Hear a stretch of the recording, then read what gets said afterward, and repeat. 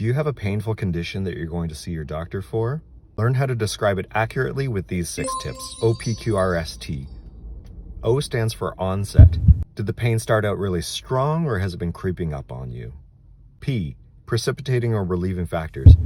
What makes it better? What makes it worse? Does eating, taking a deep breath, moving, or anything else you can do change the quality of your pain? Q. Quality. Is the pain tearing, ripping, sharp, heavy? All those things mean different types of pain. R.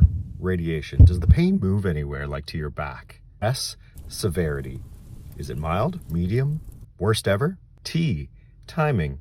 Has it been going on for minutes, hours, days? Are there times when there's no pain at all? And how long does that last? Have you had it before this time? Having the right language to talk to your doctor will help them figure out what's going on and help you get an answer. Follow me for health information you need to know.